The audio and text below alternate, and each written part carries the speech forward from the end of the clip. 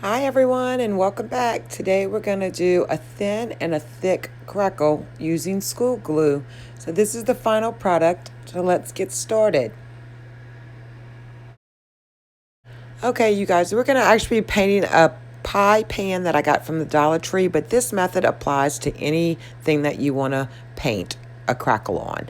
So we're just going to use some school glue. This is the cheapest glue I could find. We're going to dump some out in a paper plate, and then we're just going to brush it on. You want to make sure that you do a thin layer all over the entire surface. So if it's wood, plastic, glass, whatever you're painting, just make sure everything gets coated.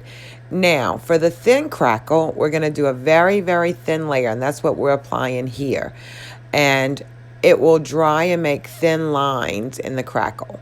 Now, you want to stay as much as you can in one direction, and it's not 100% necessary when you're putting the glue on, but it is 100% necessary when you put the top layer of paint on. The key to making anything crackle is that you're going to only do one pass with the top coat of acrylic paint or the paint that you're using. Okay, so when we're laying the glue, again, this is for the thin, so we're doing really thin coats, but I encourage you to pick it up, tilt it, just to make sure that every single inch of it is covered, because anywhere that you do not have school glue, it definitely will not crackle.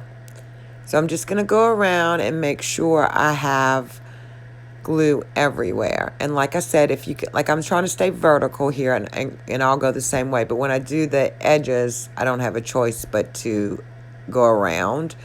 But it's okay. This part isn't as important, like I said, as the actual coat of paint. Now, we don't want to do this when it's dry, but we also want to give it, I'd say, about 3 minutes for the glue to sort of become tacky. So once you get everything coated, just let it sit for a few minutes, and then we're going to apply our top coat. Okay, so now everything's set for about 3 minutes. So I'm going to load my brush, and you want to make sure you have enough to cover one full sweep from the top to the bottom, because you cannot go over any spots that you miss. So this one's actually a little tricky because it's curved, but again, you only want to go one pass. So I start there, it indents down. I'm just trying to hold it without messing up my glue. And it's okay if you have a few little spots here and there that you miss. It actually, it'll blend with the crackle. So again, one full sweep. That is the secret to doing this technique. You cannot, anywhere you go back over, it will completely mess up the crackle, and it'll just be a big jumbled mess. So one full sweep from the top all the way down to the bottom. So right here, I just go where I stopped and then keep going. I'm definitely not going to go back over any area that I missed or that I've already gone over.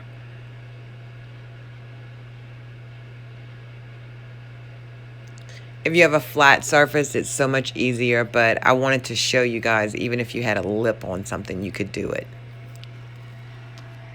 Okay, I'm going to speed up the tape a little bit, but the same premise is here. I'm just going from the top to the bottom in one full sweep. And you can use any color combination that you want. It's Christmas time. Red would look really good with this. You just, if you need to, reload your brush every single time you go to start at the top and go down to the bottom.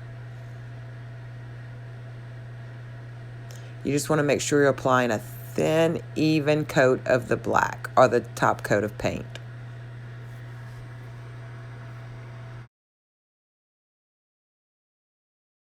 Okay, we're nearing the end here. It was kind of difficult because it had a lip, and I didn't want my fingers to touch in the glue, so it was kind of hard to grip it. All right, and there you go. And you can see it's already crackled. So as it dries, it will begin to crackle. And what I'm doing here is I'm just actually using a heat gun so I could try to show you all fast how it actually crackles. But you really can't control the crackle, but the thin coat of glue and paint is what lends to the little thin lines in the crackle. And as it dries, it will crackle more and more. Okay, we're all done, and here's what it looks like. Really thin lines. Now let's show you how to actually do it on thicker lines. So I'm going to use a board this time. I'm going to lay down some glue, and to get the really thick crackle look, you want to apply your glue very heavily. Whereas before, where you didn't really want to see any white in the glue, here we're looking for white in the glue.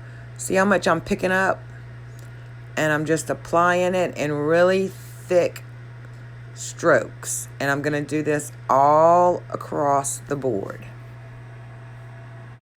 Again, you just want one stroke if possible. The less strokes you have in the glue or the top coat, the cleaner your crackle will come out. It's not always easy, but with a little practice, you'll get used to doing it. And especially if you have something flat like this that you can hold on to. I just cannot emphasize enough that there's giant streaks of white, which is a really thick glue. And usually for crackle, you let it dry a little bit before you put the paint on.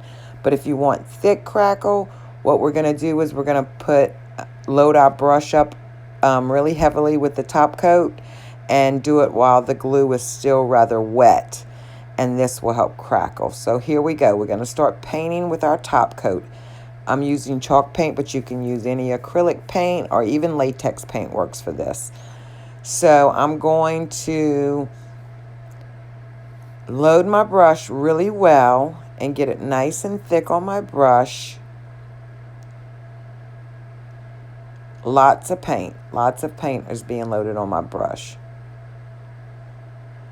And in one full motion, I'm not going to lift up. I'm going to go from the top to the bottom. And I'm going to get more paint from the top to the bottom. Try not to overlap. And if there's any spots you miss, just don't worry about it. It will sort of blend and you can just keep moving.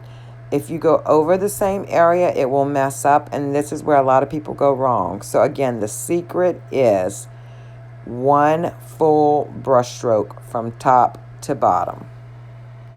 Now I'm going to use my heat gun to sort of heat up the wood so I can show you all what it looks like as it's drying. But I will tell you, for some reason, with the thicker crackle, it does much better if you don't use the heat gun.